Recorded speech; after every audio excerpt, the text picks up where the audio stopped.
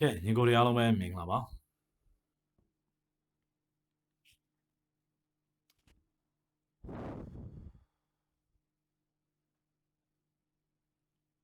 လာပြီနော် West Ham 0 Arsenal 1 Premier League ပွဲစဉ်36ပွဲပြီး3သက်ချက်လေးဖြစ်ပါတယ်ခင်ဗျာဒီလိုဖြစ်ဖို့ဒီလိုရောက်ဒီနေရာကိုရောက်နေဖို့ငါတို့တွေစိတ်ဒုက္ခတွေအများကြီးခံခဲ့ရတယ်ငါတို့ကစားသမားတွေအများကြီးစူးစမ်းခဲ့ရတယ်ငါတို့ကစားသမားတွေငါတို့နီးပြဖွဲ့ဝင်တွေငါတို့ Arsenal ရပ်ဝန်းအားလုံး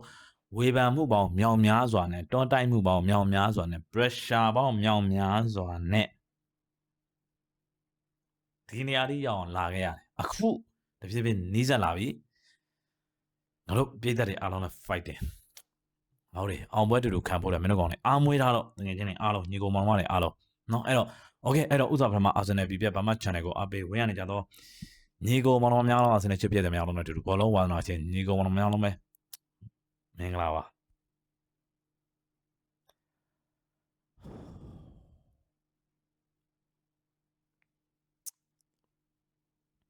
ဘယ်ကနေစပြီဘာပြောရမှမသိတကယ်ကိုကျေနပ်ပါတယ်နော်ပထမဥစွာအနေနဲ့ပြောရရင်94မိနစ်မှာပေးလိုက်ရတယ်ဂိုးကျွန်တော်တို့ရှေ့ပါကိုပေးလိုက်ရတယ်ဒီဂိုးကိုကျွန်တော်က50တော့မတွက်ဘူးမင်းအာဆင်နယ်မင်းဒိုင်နေတော့တွက်မနေနဲ့အဲ့ကိုကပေးလိုက်ပြီမင်းရာယာလက်ဆွဲတာတွေခြေဆွဲတာတွေအေးဒါမှပြောမနေအဲ့ကိုကပေးလိုက်ပြီကျွန်တော်ကပေးလိုက်ပြီတွက်တာဘာလို့ဆိုတော့အာဆင်နယ်ထုံးစံမရှိဘူးเนาะတရားမျှတမှုကိုရရှိတဲ့တဲမှာအာဆင်နယ်မပါဘူးဒိုင်နေနဲ့ပတ်သက်တွက်လိုက်တယ်သို့တော့အဲ့ကို cancel လုပ်တော့ဩနော်ဒီတစ်ခေါက်တော့ငါအင်္ဂလန်ဒိုင်တွေကိုလက်ခုပ်လေးတီးပေးလိုက်အောင်ကျေးဇူးတင်ပါတယ်မင်းတို့မှန်ကန်တဲ့ဆုံးဖြတ်ချက်ဆုံးဖြတ်ပေးလို့နော်အဲ့တော့ဒီကိုတွေအားလုံးပဲဒီပွဲနဲ့ပတ်သက်လို့တော့ကျွန်တော်ပြည်သက်တွေအာဆင်နယ်ပြည်သက်တွေကဘာတဝမ်းမှာရှိတော့ကျွန်တော်ပြောနေမြန်မာလိုဖြစ်တယ်မြန်မာလိုနားနေတော့အာဆင်နယ်မြန်မာပြည်သက်တွေအားလုံးကိုစားအာဆင်နယ်ကစားသမားတွေနဲ့အတူတူနီးပြဖွဲ့ဝင်တွေအားလုံးကိုအာဆင်နယ်အသင်းရဲ့ရပ်ဝန်းကသူတွေအားလုံးကျေးဇူးအများကြီးတင်ပါတယ်လို့ဘာလို့လဲဆိုတော့ကျွန်တော်တို့တစ်နှစ်ပတ်လုံးတစ်နှစ်ပြီးစိတ်ဒုက္ခခံပြီးတော့ဒီအသင်းကိုအားပေးလာတယ်ဒီအသင်းကိုချစ်တယ်ဒီအသင်းကိုရင်ထဲကနေဘလို့နီးနဲ့မှဆွဲမထုတ်နိုင်တဲ့အနေအထားမျိုးတွေကျွန်တော်တို့အားပေးခဲ့ကြဒါကိုအသက်ဝင်အောင်စူးစမ်းပေးနေတဲ့အာဒီတာအတူတူအာဆင်နယ်ကစားသမားတွေကျွန်တော်တို့ဖြစ်ချင်တဲ့ဆန္ဒတွေကိုအသက်ဝင်အောင်စူးစမ်းပေးနေကြတဲ့အာဒီတာအတူတူအာဆင်နယ်ရပ်ဝန်းသူတွေအားလုံးအာဆင်နယ်ကစားသမားတွေအားလုံးကိုတကယ်ကိုရင်ထဲကနေလှလှလဲကျေးဇူးတင်ပါတယ်ဒီနှစ်မှာကျွန်တော်တို့ကျင်းနေဖို့ရှိနေတယ်လို့ကျွန်တော်အပြည့်အဝယုံကြည်ပြီဗျာကျွန်တော်အပြည့်အဝယုံကြည်နေပြီဘာလို့ဆိုတော့ဒီနေ့ဖြစ်သွားတဲ့အခိုက်အတန့်ရောရှိုးအာဆင်နယ်မှာရှိနေတဲ့ pressure တွေညကိုတွေကစားသမားတွေခဏထားအောင်ကျွန်တော်ပြိတ်သက်တွေမှာမကြည့်ပတ်ဝန်းကျင်ရဲ့တိုက်ခတ်သော pressure များပတ်ဝန်းကျင်တိုက်ခတ်သောလောကရန်ပေါ့ဗျာနော်လောကရန်ရဲ့ကြမ်းတမ်းမှုတွေကလည်းပတ်ဝန်းကျင်သူတွေနော်အယောက်100မှာအာဆင်နယ်အသင်းပြိတ်သက်တယောက်တည်းပါကျန်တဲ့69ယောက်ကဒီလိုလက်ညှိုးထိုးပြီးလာပြီးလှောင်ပြောင်ကဲ့ရဲ့ pressure ပေးနေတဲ့ဟာတွေကိုပြိတ်ကစားသမားတွေနီးပြတွေခဏထားအောင်ကျွန်တော်တို့ပြိတ်သက်တွေကိုလည်းခံစားနေရ that's a number 1 number 2နော်ဒုတိယ second ကြီးပဲရနေဘော်လာဆက်ဖြစ်လို့မရတော့ဘူးဆိုတဲ့အတွေးကျွန်တော်တို့ပြိတ်သက်တွေမှာတော့ pressure ရှိတယ် okay ကစားသမားတွေပဲတွေးကြည့်လိုက်အေးငါတို့ဒီနေ့ပွဲစဉ်တေးကြလို့မရဘူးငါတို့နိုင်မှရမှာနိုင်တော့ဂိုးလေးတော့ဖြတ်လိုက်ခြင်းနဲ့ဆိုပြီးပွဲစတာနဲ့ try လိုက်တာမိနစ်20ထိ20နောက်ပိုင်းမှာတော့ Arsenal တော်တော်ရုန်းကန်ရတယ်မိနစ်20ထိကို Arsenal ကောင်းကြီးလို့တော့ဝုန်းနဲ့ချတာဘန်ဝိုက်တာမနာသွားရင်ဒီပွဲကစိုးစိုးစီပြတ်တယ်ဒုတိယပိုင်းအစစိုးစိုးစီပြတ်တယ်ဘန်ဝိုက်နာသွားတဲ့အတွက် Arsenal shape ကဂလင်းကလေးအားဖြတ်သွားတာကျွန်တော်အဲ့လိုပဲမြင်တယ်အဲ့တော့ပြန်မပြည့်သက်တွေကိုလည်းကျွန်တော်တခုပြောချင်တာလေ respect လေးနည်းနည်းထားပေးပါဒီလိုအနေထားမျိုးရအောင်အာဆင်နယ်ပြိတ်သက်တွေနဲ့တူတူအာဆင်နယ်ကစားသမားတွေအာဆင်နယ်ရပ်ဝန်းသူတွေအားလုံးဘလောက်တောင်စောင့်ဆိုင်ခဲ့ရတယ်လဲဘလောက်တောင်စိတ်ဒုက္ခတွေခံခဲ့ရတယ်လဲဘလောက်တောင်မှအဖက်အသင်းပြိတ်သက်တွေရဲ့ဟာလားခင်ဗျားတို့ဒီရဲ့သသွေးကွက်ထဲမှာပက်လက်မျောခဲ့ရတယ်ဘဝတွေလေအခုချိန်နေမှာကျွန်တော်တို့ပြောတာခင်ဗျားတို့ကျင်းနေပေးလိုက်ပါဟာလားပောက်ကြရတယ် comment မှာမရေးပါနဲ့ကျေးဇူးပြုပြီးတော့နော်အဲ့တော့ ဒီနေ့ပွဲစဉ်နဲ့ဒါပွဲကြိုပွဲပြီးသုံးသက်ချက်ပြောရင်လည်းကျွန်တော်ပွဲပြီးသုံးသက်ချက်ကိုကျွန်တော်အဲ့ထိမရောက်သေးဘူးအဲ့တော့ပွဲတွင်းချက်လိုက်လေကျွန်တော်အရင်ပြောလိုက်အောင်ပဲနော်အဲ့ပွဲတိုင်း10မိနစ်မှာဆိုလို့ရှိရင်ကျွန်တော်တို့ Leandro Trossard Calafiori ပြေးလမ်းကြောင်းနဲ့ထည့်ပေးလိုက်တယ် Calafiori အဲ့လုံးကကန်ပါဆိုလဲကန်စောတယ်ဆုံးပြတ်ပြီးကန်လိုက်ရမကန်ဘူးဆိုလဲတစ်ဖက်မှာရှိနေတဲ့ကျွန်တော်တို့ Mavropanos ပေါင်ကြားတဲ့ကနေဘယ်ဂျီလေးနဲ့အသားလေးတို့ပေးလိုက်မှာ Yogres ရှိတယ် Yogres အဲ့လုံးရတာနဲ့ဂိုးတယ်ဘလို့ကန်ဂိုးတယ်ဒါပေမဲ့ Calafiori ရဲ့ drive မှုကအဲ့လုံးကိုသူစောပြတ်ချက်နည်းနည်းလေးနောက်ကျရတော့သူကန်ပါလို့ပေးမှလို့တဲ့ခါမှာနောက်ဆုံးသူဆုံးပြတ်ကန်လိုက်တယ်ကန်တော့ Mavropanos ကရှေ့ရနေကျွန်တော်ကဥအောင်ရောက်နေပြီအဲ့တော့ corner ပဲရတယ်အဲ့ဒီ corner နဲ့ကျွန်တော်အခွင့်အရေးကိုစူးစမ်း Declan Rice ကျွန်တော်တို့ရဲ့ဘယ်ချမ်းတောင်းငံပေါ်နဲ့တင်လိုက်တဲ့လုံးတော့အဝေးတောင်မှာ Trossard ရှိတယ် Trossard အလွတ်ကြီးတိုက်ရတာသို့တော့အဲ့ဒါကိုဂိုးသမားဝါဆန်ဂိုးသမားပုတ်ထုတ်လိုက်တယ်အဲ့မှာတဲ့ဂိုးရလာအနေထားပြီးပုတ်ထုတ်လိုက်လုံးပြန်ထွက်လာ Trossard ပြန်တိုက်အိုးစောက်ရန်ကိုနှမျောဖို့ကောင်းတာအဲ့လုံးကဂိုးလိုက်ဒီပွဲကလုံးဝပြက်ပြက်သားသားဖြစ်သွားမှာသို့တော့ကန်တရားကလည်းဒီပွဲကိုလန်ဒနာပွဲကိုဒီတိုင်းမပြီးစေချင်ဝုန်းနဲ့ပြီးစေချင်တာအဲ့ဒါရုံးရင်းဆိုင်ကတည်းကပြီးစေချင်တာအဲ့တော့ကျွန်တော်9မိနစ်မှရတယ်တောင်းငံပေါ်ကလည်း9ဖြစ်မပြောင်းလဲနိုင်ဘူးကျွန်တော်ဒီလိုနဲ့ကျွန်တော်စိုက်ကန်ရင်းနဲ့ကန်တယ်12မိနစ်နဲ့35စက္ကန့်မှာတို့လို့ချင်း appreciate အစင်းနဲ့ Yogres တွဲလုံးကနေပြ Calafiori ကိုCalafiori ဒီဘီဂိုရှိကိုထွက်လာတော့ Calafiori တဲ့ပြီးလိုက် Calafiori ဘယ်နဲ့အုပ်လာအဲ့ဘောလုံးကိုဘာလန်ကြော်သွားတယ်ကိုကြီးတယ်ရောက်မလားအဲ့တော့ဒီလိုနဲ့ကန်နေ20နဲ့10မိနစ်40စက္ကန့်22မိနစ်ပေါ့ဗျာအဲ့ဒီအချိန်မှာ Rice free kick ရတယ်အဲ့ free kick ကိုကျွန်တော်တို့ကန်တင်ပေးတယ် Calafiori ခေါင်းနဲ့ရှန်တိန်လေးလှည့်တိုက်ချဘသူမှပိတ်မဲ့သူမရှိဘူးရောင်ရင်အဲ့ဒီလုံးဆိုလို့ရှိရင်လည်းเนาะပြန်ထွက်လာတဲ့ဘောလုံးမှန်မှန်ဆိုလို့ကျွန်တော်ဒီတပွဲလုံးကျွန်တော်ဘာခံစားမိလိုက်တဲ့နောက်ဆုံးခံစားချက်ကအာဆင်နယ်အသင်းစက္ကန့်ဘောတွေကောက်တာစက္ကန့်ဘောတွေအဲ့ကိုယ်ရီရတဲ့ပြန်ကျလာတဲ့စက္ကန့်ဘောတွေကောက်တဲ့နေရာမှာအာဆင်နယ်အသင်းကစားသမားတွေ ready ရှိမနေဘူးမချရှိမနေဘူးထိမိရှိမနေဘူးဒါတွေကကျွန်တော်တို့ရာသီအစမှာအကောင်းဆုံးမြင်ခဲ့ရတဲ့ပုံစံနဲ့အခုချိန်မှာကျွန်တော်တို့မမြင်ရတော့အဲ့လိုနေထားမျိုးအဲ့လိုနဲ့ကျွန်တော်တို့ကန်ရတဲ့29မိနစ်မှာဘန်ဝိုက်ကျွန်တော်တို့စမာဗယ်နဲ့ဘောလုံးဟုတ်တယ်စမာဗယ်နဲ့တွေ့ဘောလုံးရှင်လူရင်းနဲ့เนาะအဲ့ဘောလုံးကအဲ့ဘန်ဝိုက်ကျွန်တော်နာသွားတယ်နာသွားဘန်ဝိုက်တော်တော်နာသွားပုံရတယ်ကျွန်တော်မြင်တော့အဲ့တော့ဒီနေထားမျိုးမှာအာဆင်နယ်အသင်းဒီဘန်ဝိုက်ကိုလူစားမဖြစ်မနေလဲရတယ်လဲတော့အာဒီတာဘာလှုပ်စေချင်တာလဲဆိုတော့ကျွန်တော်ကသဘောပေါက်တယ်အာဒီတာလူစားလဲဘန်ဝိုက်ကိုဇူမန်နဲ့လဲသွားပြီ Rice ကိုညာချထုတ်ပြီးသူက Skelly ကိုအဲ့အလဲမှာပဲကစားစေချင်တာဘာလို့ Skelly ရဲ့အားသာချက်ကိုသူတွေ့သွားပြီဒီလိုနဲ့ခေါင်းမာနဲ့ဆက်တော်ရင်လည်းပထမပိုင်းကျွန်တော်တို့45မိနစ်မှာဆိုတော့ကျန် Calafiori ရဲ့မဖြစ်တဲ့ဘောလုံးအဲ့ဘောလုံးသူကနောက်ပြန်အောင်6နဲ့ကြောယူတာအဲ့လုံးကိုကျွန်တော်တို့တစ်ဖက်ကစားသမားရသွားပြီပြတ်သွားတယ်လုံးเนาะပြတ်သွားတယ်လုံးကျွန်တော်တို့ဝမ်ဘီဆာကာအဲ့လုံးတေးဆိုတစ်ခါလဲထောင်းတစ်ခါလဲတင်လိုက်တဲ့လုံးကကျွန်တော်တို့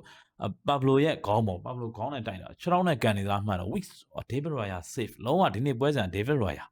ပထမပိုင်းတစ်ပိုင်းလုံးပြီးသွားတယ်နော်ပထမပိုင်းတစ်ပိုင်းလုံးပြီးသွားတဲ့အခါမှာအာဆင်နယ်အသင်းနဲ့ပတ်သက်လို့ကျွန်တော်မြင်ရတဲ့မြင်ချက်ကဘာလဲဆိုတော့အာဆင်နယ်အသင်းတွေဟာလာအာဒီတာရဲ့ခေါင်းမာမှုတွေကြောင့်သာကျွန်တော်ကြာရှုံးနေတာလို့ကျွန်တော်မြင်ရတယ်အာဒီတာရဲ့ခေါင်းမာမှုတွေကြောင့်သာကျွန်တော်တို့အနေထားတစ်ခုတွေရောက်မလာသေးတာလို့ကျွန်တော်မြင်ရတယ်အာဒီတာကိုမကောင်းမပြောအာဒီတာကကျွန်တော်တို့ရဲ့နေပြ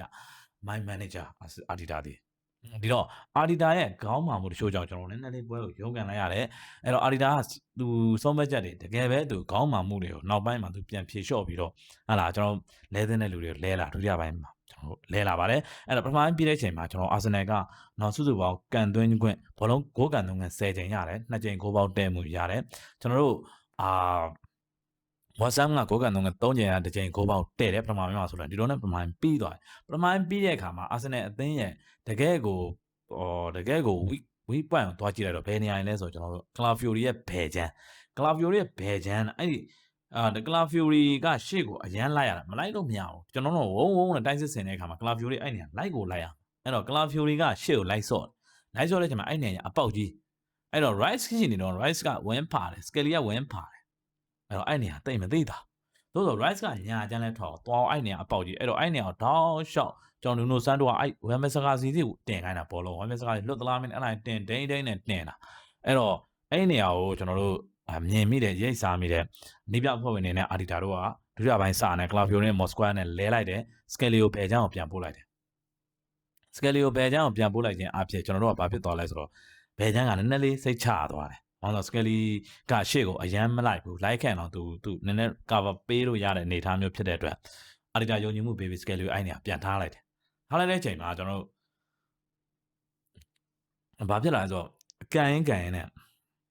ကျွန်တော်တို့ကစားသမားကျွန်တော်တို့ဂိုးသမားတွေကျွန်တော်တို့ဂိုးသမားနဲ့ကစားသမားတွေအားလုံးဘာလို့ဘာကန်တကယ်ဘာလို့ဘာကန်မှမသိတာအဲ့လိုအနေထားမျိုးကြီးရောက်တော့အာဒီတာကမဖြစ်မနေသူခေါင်းမမာသင့်တော့သူလောရမယ်လို့သူရှိတယ်အဲ့ဒါ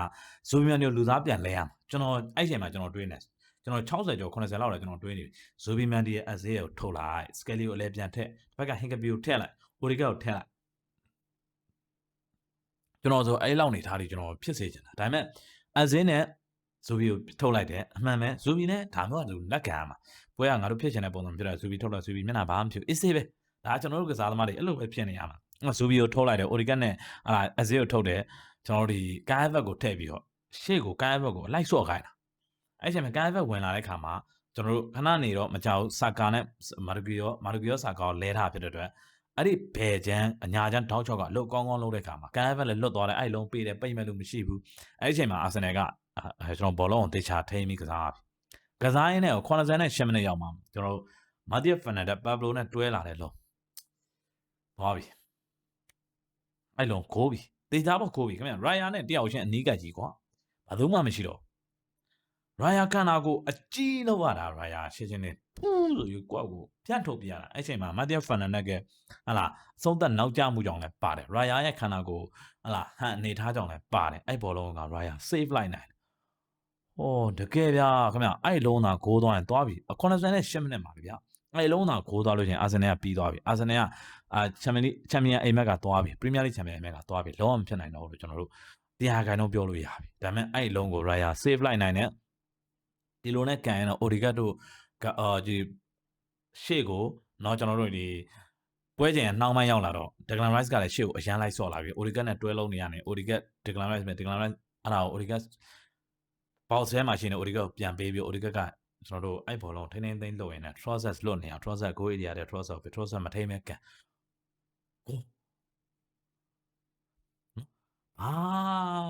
ကိုဘယ်လိုပြောရမလဲဘာပြောလို့ပြောရမှာမသိအနေထားအဲ့ခိုးပြီးတဲ့ခါမှာပြီးတယ်ငါတို့ပြီးလို့ရပြီအာဒီတာတခုကျွန်တော်အာဒီတာကို respect ပေးတာအဲ့ဒီချိန်မှာအာဒီတာလုံးဝနောက်တန်းအပိတ်ကြီးမဆော့ပဲနဲ့အာဒီတာပုံမှန်တိုင်းပဲဆော့နေလိုက်တယ်ဆော့နေလိုက်ကဖြစ်ချင်တော့ WhatsApp ကဒိန်းနဲ့တိုင်နေတန်းချန် WhatsApp ကော်နာရတယ်93မိနစ်94မိနစ်အဲ့ဒီကျလာတဲ့ဘောလုံးကော်နာကန်လိုက်တဲ့ဘောလုံးကိုကျွန်တော်တို့ပြန်ထွက်လာတဲ့ဆာလီဘာအဲ့လုံးလွတ်ပေးလိုက်အဲ့လုံးကဂိုးလုံးဘောသုံးဖို့ကျွန်တော်လက်ပစ်ဘောလက်ပစ်ဘောပဲပေးရကော်နာသုံးဘောလက်ပစ်ဘောပဲပေးရမှာဒါပေမဲ့အဲ့ဒါကိုဆာလီဘာဒူးနဲ့သွားပြီးတော့မထိသွားထိန်းနေအဲ့လုံးကတစ်ဖက်ကျွန်တော်ကန်တဲ့ကောင်ဝစ်စင်ကလဝစ်စင်လားမသိဟုတ်တယ်နဲ့ဝစ်စင်ဒီရောက်ဝစ်စင်တိုက်ကန်ထက်တဲ့ဂိုးသွားပြီစက်သေးတော့အဲ့မှာသွားပြီလူကသွားပြီအဲ့တော့ကစားသမားတွေ complain လာတဲ့ခါမှာကျွန်တော် Bad Sophie replay တစ်ချက်တက်လာတော့မှန်တယ်ကျွန်တော် Raya ကိုပါဘလိုကလက်နဲ့ဖိပြီးတော့ဆွဲထားတယ်နောက်ကတိုတီဘိုကလည်းဆွဲထားတယ်ဒါအောင်မြင်တဲ့ခါမှာကိုကပေးရမှာပါဒီလောက်ကဘာဖြစ်မှာလဲဘာလို့ဆိုတော့နေပြရင်နဲ့ပတ်သက်လို့ကျွန်တော်sorry ဒီကွင်းလန်တိုင်းနဲ့ပတ်သက်လို့အာဆင်နယ်ညီမျှတော့အာဆင်နယ်ဒီဘယ်လိုပြောရမလဲတရားမျှတသောဆုံးဖြတ်ချက်ကိုမရခဲ့တာကြာပြီဒါပေမဲ့ဒီဆုံးဖြတ်ချက်မှာဆိုလို့ရှိရင်ကျွန်တော်တွားပေးလိုက်ပြီကျွန်တော်တွက်ထားပြီးသားတွားပြီနော်အာဆင်နယ်တင်ဘိုင်သို့တော့ကျွန်တော်အချိန်မို့6မိနစ်ပေးပြီး4မိနစ်မှာပေးလိုက်တဲ့ကိုကနော်နေပြsorry ကွင်းလိုက်တိုင်းနဲ့တူတူ VAR တိုင်းနဲ့တေချာစစ်ဆေးပြီးတော့2မိနစ်3မိနစ်လောက်ကြာတယ်အဲ့ဒါကိုတေချာစစ်ဆေးပြီးတော့ okay ပြန်ကြည့်မယ်ကွင်းလိုက်တိုင်းကကျွန်တော်ပြောတာ VAR တိုင်းကသူမြင်နေတယ်လက်ကြီးဆွဲတယ်ဟုတ်လားဂိုးသမားကိုဖိပြီးလက်ကိုဆွဲထားတယ်ဂိုးသမားကိုဖိပြီးလက်ကိုဆွဲထားတယ်နောက်ကတိုရီဘိုကလည်းဆွဲထားတယ်ဒါအောင်မြင်တယ်သူဒါကတော့မကိုမပေးသင့်ဘူးဒီလိုမဖြစ်သင့်ဘူးလားဒါမှမဟုတ်ဘူး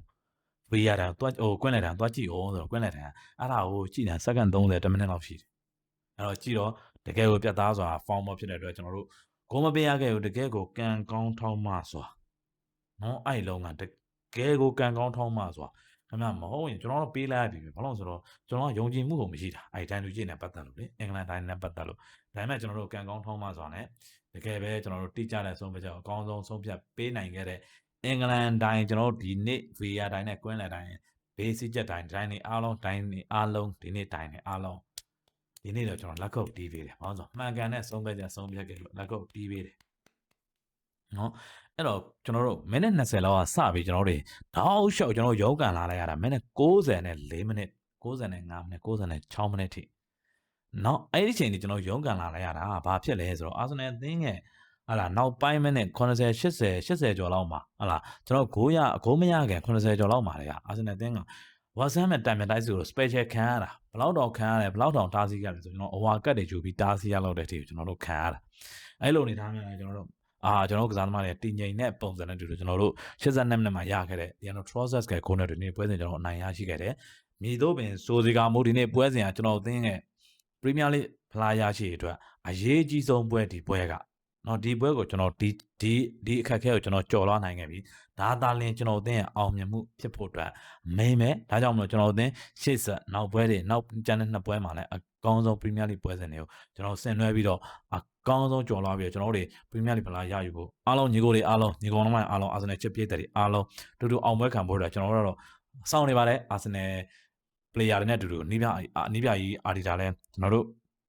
ဒီပြည့်တဲ့အားလုံးအောင်ပွဲခံဖို့အတွက်စောင့်နေပါတယ်အကောင်းဆုံးစူးစမ်းပြီးတော့ပြောကြဗီဒီယိုဒီမှာစောင့်နေမှာဒါကတော့ WhatsApp Arsenal 1ပွဲပြီးသုံးသက်ချက်လေးဖြစ်ပါတယ်အားလုံးပဲကျေးဇူးပါနောက်ဗီဒီယိုပြန်ဆုံပါမယ်